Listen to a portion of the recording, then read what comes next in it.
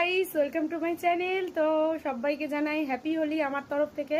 তো সবাই খুব ভালোভাবে এনজয় করো, আর আমিও এনজয় করেছি। দেখো আর কাকিমারা ধরে কি অবস্থা করেছে, আমার মাথা, আমার চোখ, মুখ, আমার দাঁত ফাঁত সব জায়গায় লাগিয়ে দিয়েছে।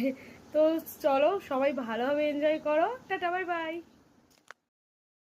इतना मजा क्यों आ रहा है तूने हवा